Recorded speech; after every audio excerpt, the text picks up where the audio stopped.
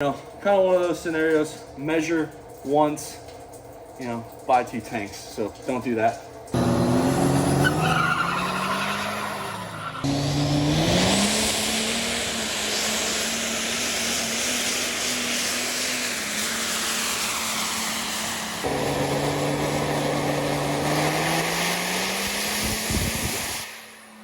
Hey guys, welcome back to the channel. Hopefully you guys had a great new year and everyone stayed safe with their friends and family. We are officially back in the shop.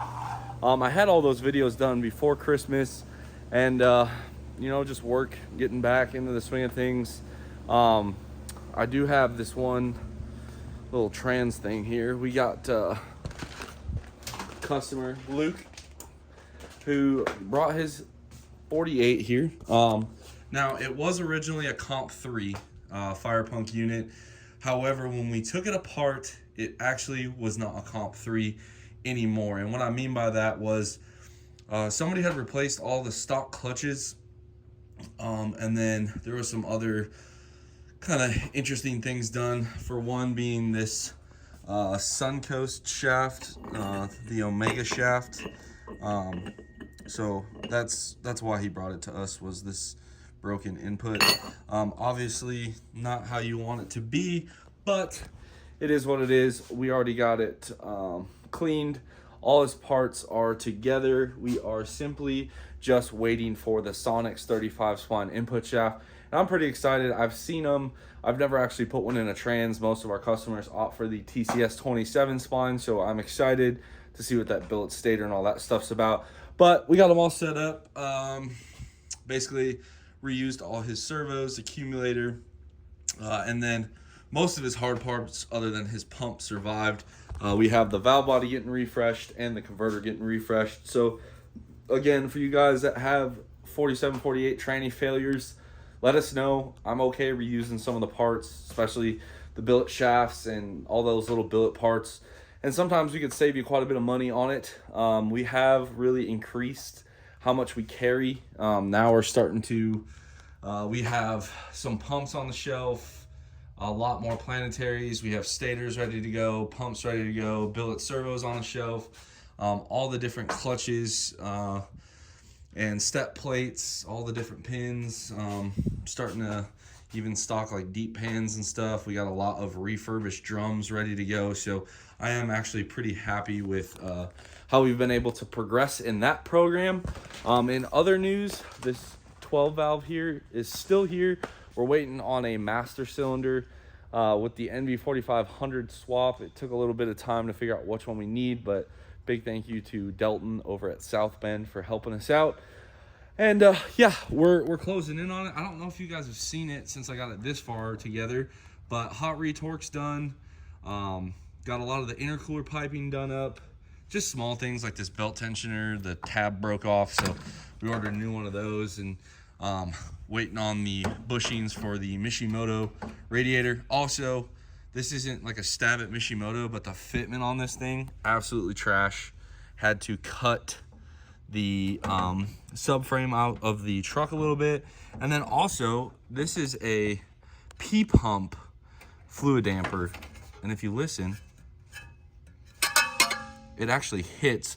So we hit up PDD to get one of their Predator fan pulley spacers here, so that way this customer can run the 12 valve fluid dampener with this first gen mechanical fan and space that out. I'm not actually sure what the year range is on the fluid dampener, so again, it's just one of those things. I don't even know if that's the right fan. That might be a second gen fan. I'm not 100% sure. But to today's video, what we got going on is a Airdog installation. What we're working on is getting our tow rig here ready to go. And also, last but not least, very, very happy, we finally got the oil drum out. I scraped the floor of all the gunk, and I actually have a fab table. Best part is I now fill it up with everything but fab work. So again, huge thank you to Cody Fisher for getting me set up with these guys. They are in like just north of Nashville, Hammer Concepts and Designs. Again, this table is freaking sweet. It rotates. You pull the pin there, You pull the pin on this side and the whole table rotates 360 degrees. It's pretty cool. And then it's got all of these holes here. I think it's a 2-inch on center. You put these kind of clamps in there, go like that. And yeah, I got my little TIG torch. It's just nice to have. Now when I go to weld, all I gotta do is plug in the extension cord over there until I run power over here, plug the extension cord in, and I'm ready to go. It used to be like this folding table and stuff, so really happy with that, and hopefully we can progress with more fabrication stuff there. Got all my jigs. And again, guys, we do all the back purging and stuff now. So we got all the plugs. I got the bigger ones down here, I think, for the 5-inch. Yeah, so we got our 5-inch stuff down there.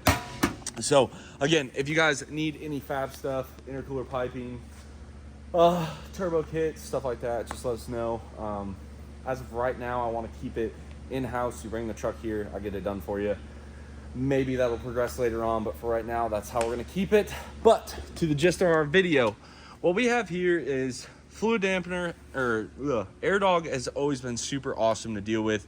CJ, Mason, Kevin, all those guys over there are awesome. And I know that they probably would have hooked us up with an Airdog for this, but they always take care of us. I have this used 165 from way back in the day. Actually, it's probably still draining fuel out over there. We used to use it as like a transfer pump, but obviously, you know, we need it now. So if you guys can recall here, this is the OG 05 when I ran dual Airdogs. So this bracket was actually welded to another Airdog bracket, and that's how this became what it is now.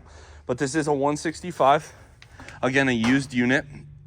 And what we have here, they sent us everything we need to make that work. So we have a new bracket, the plates, we have all of the necessary hardware right here. We do have a fleece fuel filter delete, which I don't know, guys. There's just something about fleece, you know, just FPE, Fleece Performance Engineering, fits perfect every time.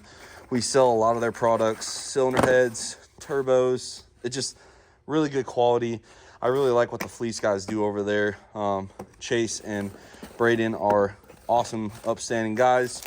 And just to show a little bit more support, again, our idler pulley squeaking a little bit, so we will put that on as well. And then, of course, we have our XDP sump.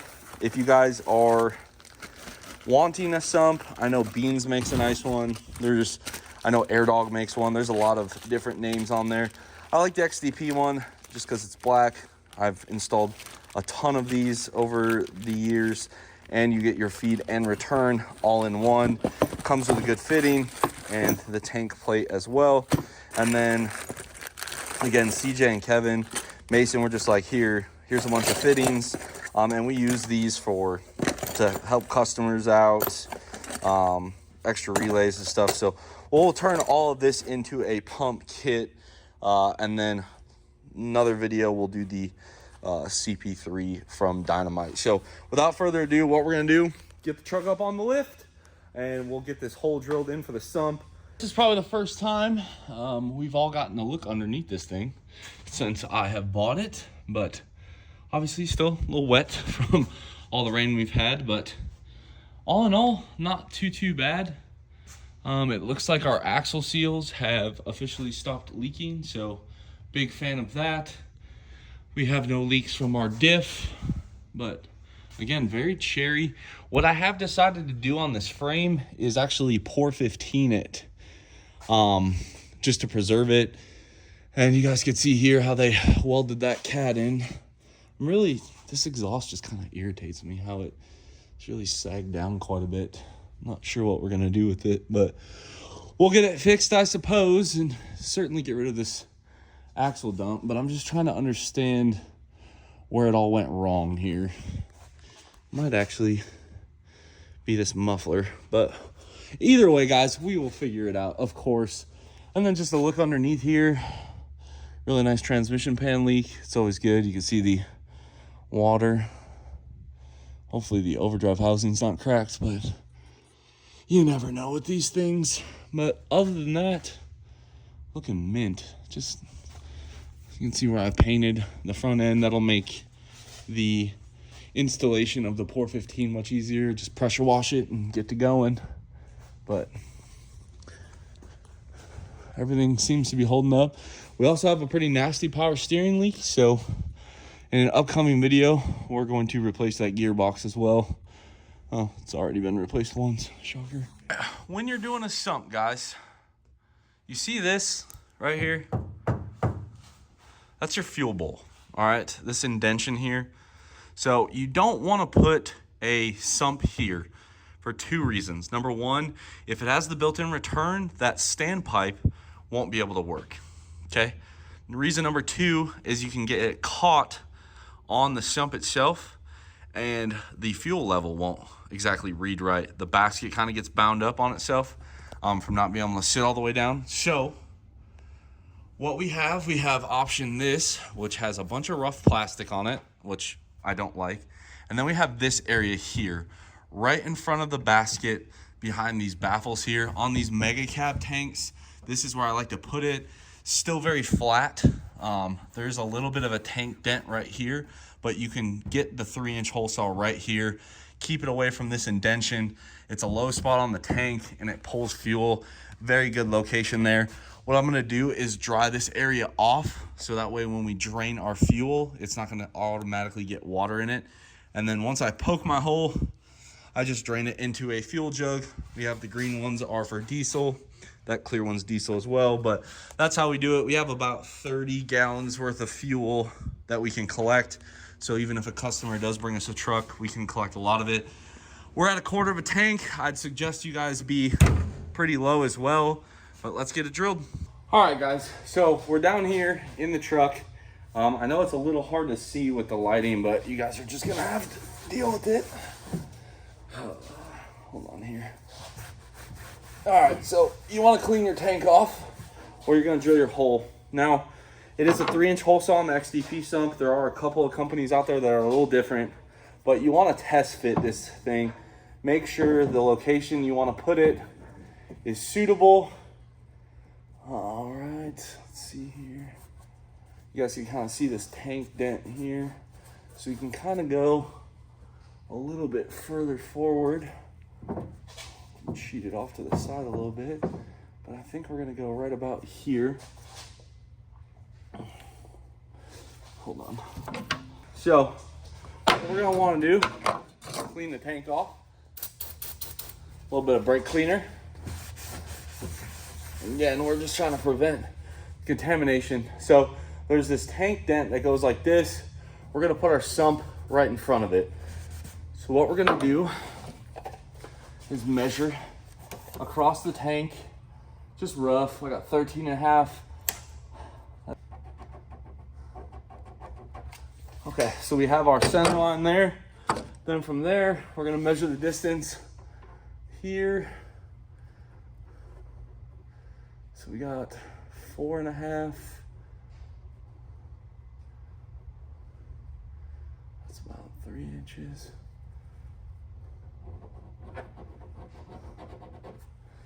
All right, so we have our center marks here.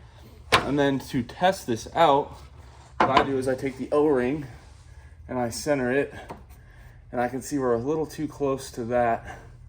So we'll move the hole forward just a little bit.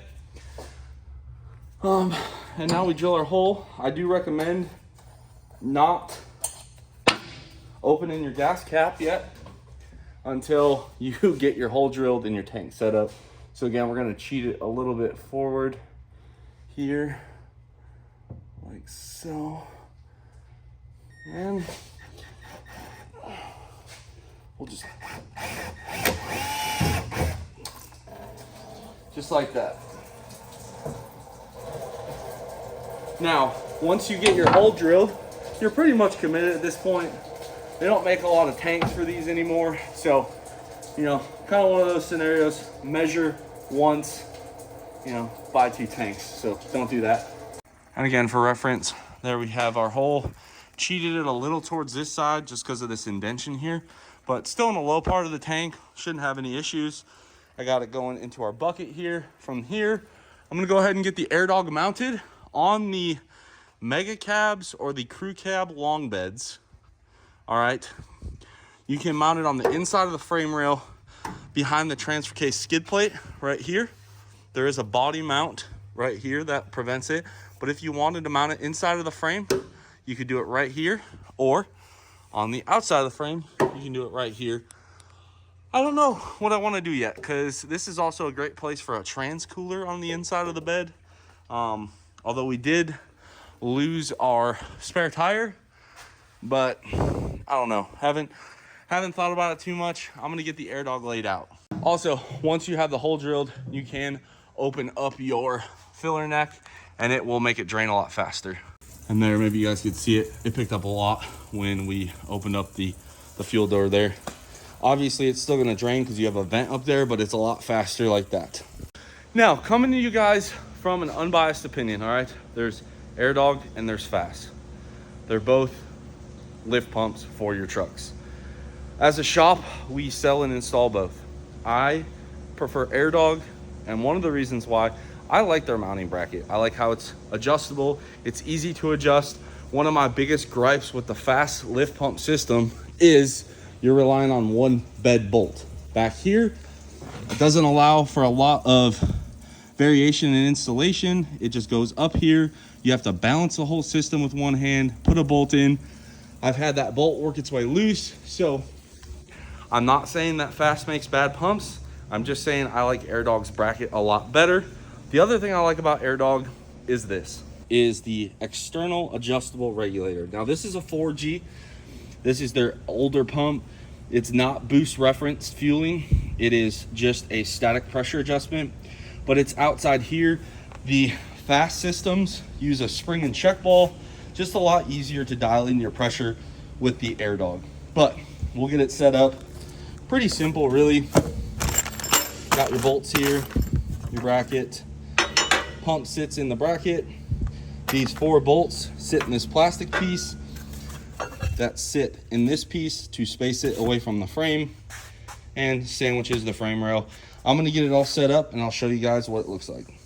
Okay, and then I took the filters off. I just got so tired of it leaking fuel. It was really just irritating me. But you guys can see here, the bracket here are 4 bolts with the plastic spacer, lock washers, and then here, Allen screw goes through the top. I've seen this inverted both ways. I guess really there's no wrong way to do it. Just with the way I wanted the height and stuff, this was the better way. And I also like, there's a little bit more of a rock catcher, I guess, for the fuel filters. I love the look of these lift pumps hanging down, not hanging down, but like on the outside of the frame where you can see it. So that is exactly what we are going to do. I'm going to put mine right there. Again, test fit it. I put 2 of these bolts in to set the height. Once I get it to where I want, then we are good to go.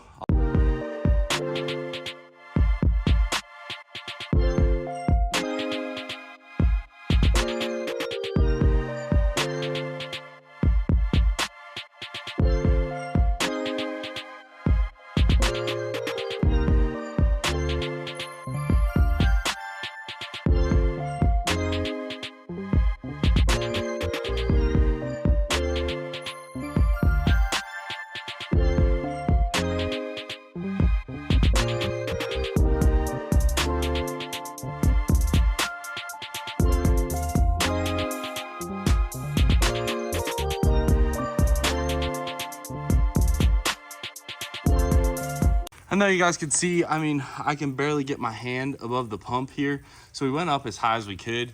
And then our fuel filters will kind of hang down here. Again, some people don't like that look. Personally, I kind of dig it. To each their own, I suppose. But now we'll go ahead and get this thing kind of ready to go, as far as we'll get the filters on and start running our lines. Pretty simple. The front of the pump, which is the side that has 2 fittings on the 4Gs, that little one that's longer is the return. So that's gonna go back to the tank. The forward outboard one on this side is to the engine, which is marked E. This little brass piece right here is a fuel filter or a fuel pressure sensor location. And then this guy back here is our draw from the pump, as well as our pressure adjustment there. So I will say most customers, we do end up installing these inside the frame rail because that's what they want. Again, Airdog is always just so generous to the channel, to my racing and everything. I like the way it looks, and I like to support companies that support the channel and let us keep doing what we've been doing. So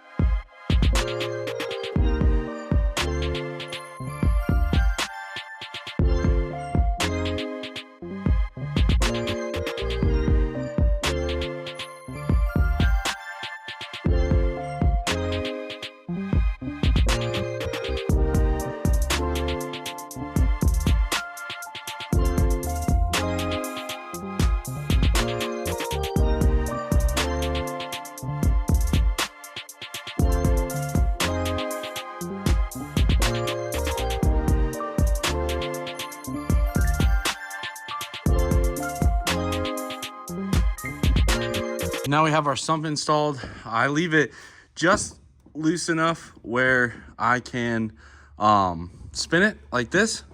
And keep in mind, there is a fuel level sender right here. So worst comes to worst, I've had this get stuck. You smack that spot with a hammer, it usually comes right up. I clean the debris out of the tank with my finger, take a razor blade to just trim the plastic, and you're good to go. All right, time has passed. You guys saw me tighten up the sump and stuff. We got our return and feed ran. Our returns on this side, feeds on this side. They come up through the frame rail, come up over the top here, and terminate right here, over here, and then this one here. All I do is I put a little bit of like wire loom chafe where they come in contact with steel. This actually isn't as tight as it looks like it is. It's just kind of the way the hose has bent there, but we are good there. Like I said, you guys can see, like, very loose still there. And we got it all zip tied. I have the sump tightened. I just go until it starts to make that creak noise, and I know I'm probably good there. But all in all, looking at it from the side, I gotta be honest, this is probably one of my better installs for myself. I'm not very patient when I work on my own stuff, but you guys can see there, literally all we're gonna be able to see on the ground is the Airdog filters, and they're actually not, like the skid plate for the transfer case is actually lower. So I really like the fitment there. Still a little bit of performance look to her, I guess you'd say, but very clean. And then our sump, you see about a foot of line right there, which, I mean, nothing you can really do about that, but it's all secure. Our feed is kind of just clicked in and ready to go. Now I'm gonna run the harness.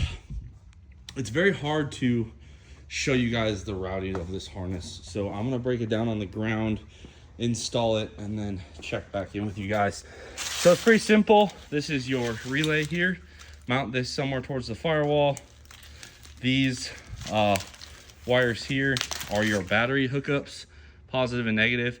I do tend to cut those and shorten them up just because I feel like that's way too much wire. I'm sure there's some applications that need that long of a wire. Ours does not, so we're gonna cut those a lot shorter, just less wires underneath. And then down here, this is the part you're gonna drop down the frame rail, right here. Come on, baby, there we go. So you have your trigger wire right there. That's going to intercept the top of the fuel tank. Pretty easy, unclip the factory one, put that pigtail in there. There is your hookup for your pump power right there. And then the rest of that's up to the cab. One thing I do to cut down on the clutter, besides cutting that down, is on this, I will usually try to put the excess kind of down by that lower control arm, so that way there's less just wires under the hood. So now we come to the underhood portion. Again, I recommend mounting the relay right about there. Pretty simple to mount it. I usually just use a self tapper. I don't know, shoot me, whatever. And then I cheat the battery cables around this portion of the battery tray, and I come up through here. So I follow this harness around, come up through here, quick connection there. Again, I said I trim those down. Again, it's up to you on that, but that's how I do it. And then to get to our fuel filter housing, it's really quite easy. You're just going to take the intake horn out of the way, grab that fuel bolt out. It's just a couple of 10 mils. That back one right there is actually a stud, so you need to make sure you reuse that one because it's the dipstick support and it will crack. You got to see down there. And then the other one is just a regular bolt right there. Again, reuse your factory hardware with that fleece kit. Knock out the Dynamite CP3 while we're down here, just kind of bunch of stones, one bird kind of deal.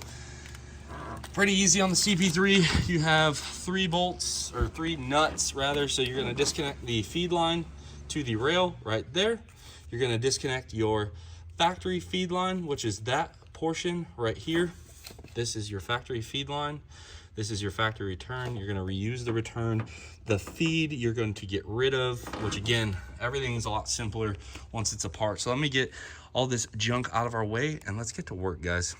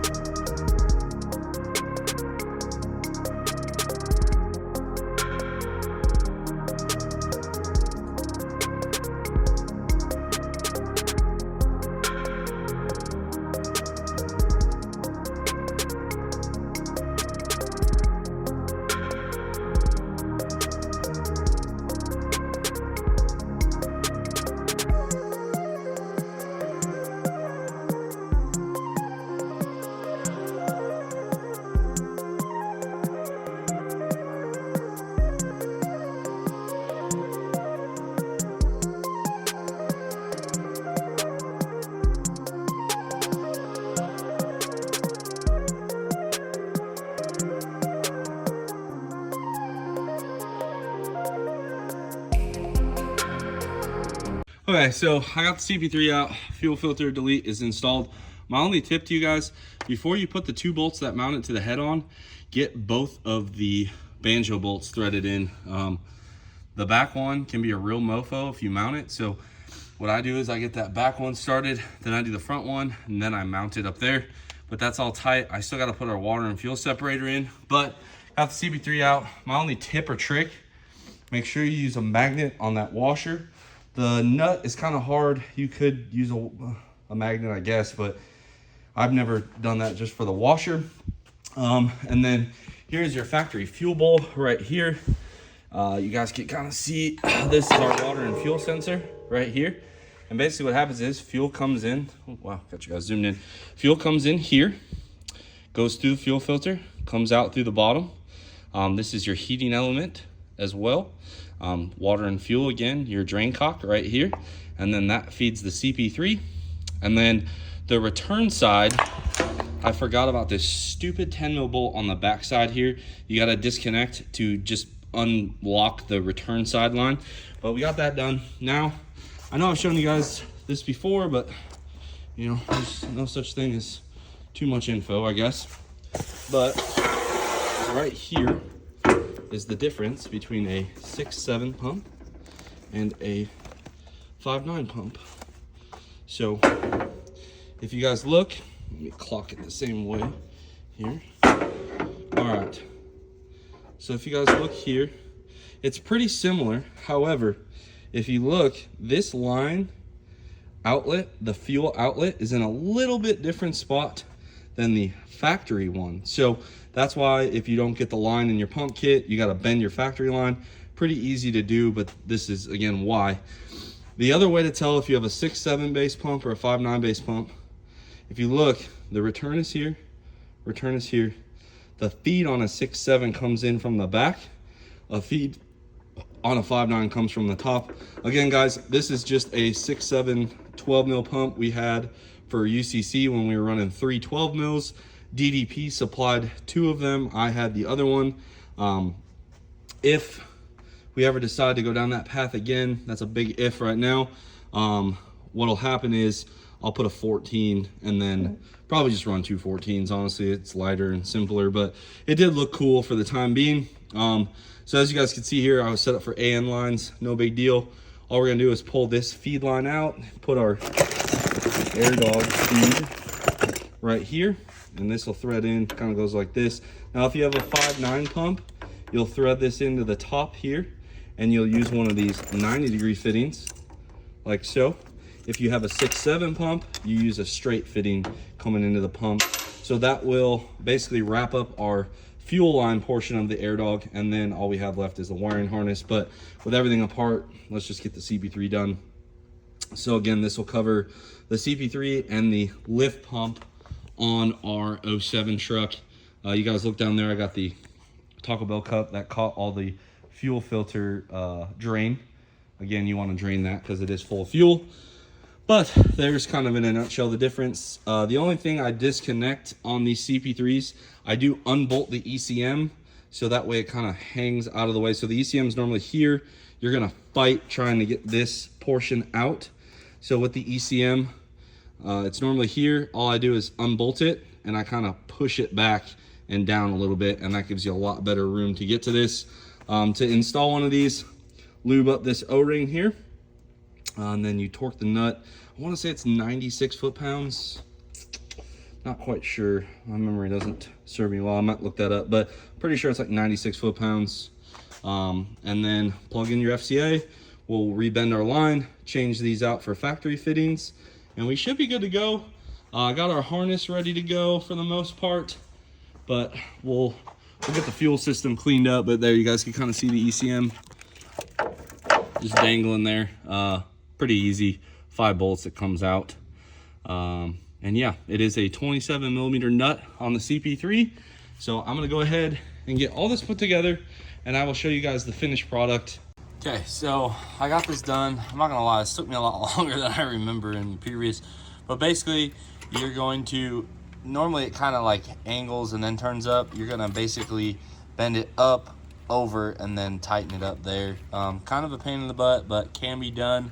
I got our return tightened, our ECM mounted back, our FCA plugged in. So from here, all we have is to run our Airdog line. I usually come up right where the factory lines came up to our lift pump, or to our CP3, and then route our harness from that corner down. Our fuel line ran, all of our wiring done under the cab. Again, I shortened up our harness. Here's our negative, positive. Our fuse box is there, relays there. I cut, I don't know, about 18 inches off of them. And now let's go ahead and prime this sucker a little bit here. All right, so to prime it, we'll just turn on the key. You can already almost hear the pump starting to change. You guys can kind of hear the gurgling maybe. All right, so we'll bump the starter real quick. Now it'll run for 45 seconds. I think we're primed. I don't see any leaks yet. Really wish I had a fuel pressure gauge, but that'll be coming shortly. I guess we could. I think we're primed. Let's give her a fire up. Let me make sure the coast is clear before we do this here.